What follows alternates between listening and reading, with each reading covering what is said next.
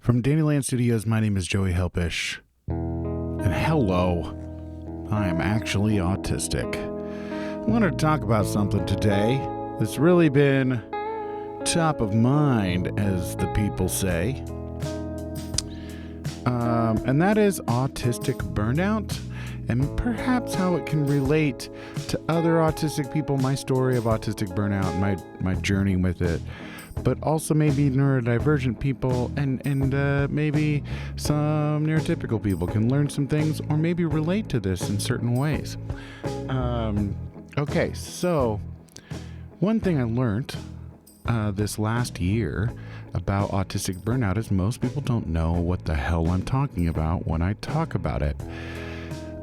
There's another term that people use, which is autistic regression, which is a terrible term, but it does kind of get the point across to neurotypical people a little bit more, I've noticed. And that is that if you know somebody who is autistic and passes as neurotypical, and you find yourself thinking about this person, well, they don't look autistic, or they're not that autistic, or they have mild autism as if there's a spicy version, that person is masking.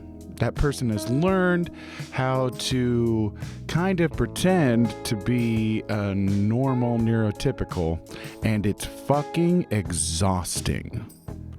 And so this is really what I find interesting about autistic burnout, is that until recently, women just weren't diagnosed, and now they're kind of taking the lead in the community.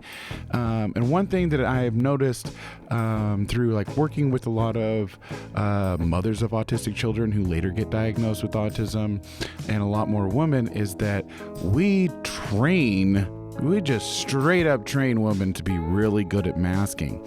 And they usually go through autistic burnout as a teen a little bit, and then in their 30s and 40s, it's bad. And what we used to do is medicate them, pump them full of Valium, and stick them back in the kitchen, you know?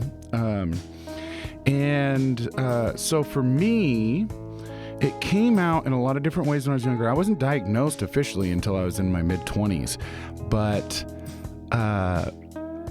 it was alluded to when I was younger. And by the time I became an adult, I heard the word Asperger's a lot in reference to myself, until finally going through and getting the diagnosis in my mid-20s. And there's definitely, once I learned about what autistic burnout, because the reason that I got diagnosed was that I was going through a massive autistic burnout and didn't know what was going on. I started developing tics. I was just exhausted from touring and living the musician life, but also having to go into bars and like just kind of pretend to be normal. And it's, like I said, it's exhausting. And I went through this several times, and one time when I was a teen, I was hospitalized. I've been hospitalized for what I now know is autistic burnout several times in my life, and my life kind of blew up, and I had to start over each time I went into burnout because meltdowns started happening. It was really difficult. And so what happens is that I lose the ability to pass as neurotypical anymore, or to regulate my emotions. And that's really kind of the core of autistic burnout, is that you kind of lose your ability to regulate. And there's something really different about what just happened in my life, which is that I had massive autistic burnout. I had really bad meltdowns for weeks, and I'm just fine. Part of that is because I have a really loving, really beautiful partner, but a lot of it is because both of us have done a lot of work in creating a really authentic life where it's totally okay for me to be autistic most of the time. And there's this thing that I've been reflecting on, which is, as soon as I became a teenager, there was all this talk about you got to get a job, you got to go to college, you got to do these things. And all I wanted to do was make music and create. And I was just told over and over and over again, that I had to have a fallback plan, that it was okay to chase that dream for a while, but that I had to do, these certain things. I needed to get an education, and I needed to get a job. I needed to get into the work field, and that I was never going to be able to just sit around and create. Guess what I do for a living now? But it was after a decade or more of trying to fit in this neurotypical society, and it was just constant burnout all the time, and I was never happy, ever. For 10 years, I was never actually happy, and I'm happy most of the time now. And what I find interesting is I tried to join the workforce like it was an option. It was never an option for me.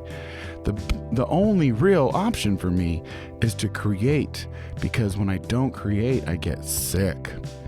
When I don't express myself, I get sick. And when I don't get to just be autistic, I get sick. So that's just a little bit of what I wanted to rant about today on What the HELPIsh. I would love to continue the conversation, and maybe I'll do some more videos on this topic this month, since it is Autism Acceptance Month. And I would just love for people to really think about this, because I don't think so. Autistic burnout is its own thing, and if you want to learn more, please do. There's so much information. There's a lot of autistic people who've been talking about it for a few years. There's a lot more information than I can spit at you right now about what it is and what happens, and we're just still learning about it. But I want you to take a moment and just reconsider some things, because I don't think that this is exclusively autistic, although it's very loud. When I go through autistic burnout, self-hitting stims are a high risk, and I lose the ability to speak. But I think that it's just a result of not being you. That's, to me, what burnout is. I hope you have a badass day. I love you.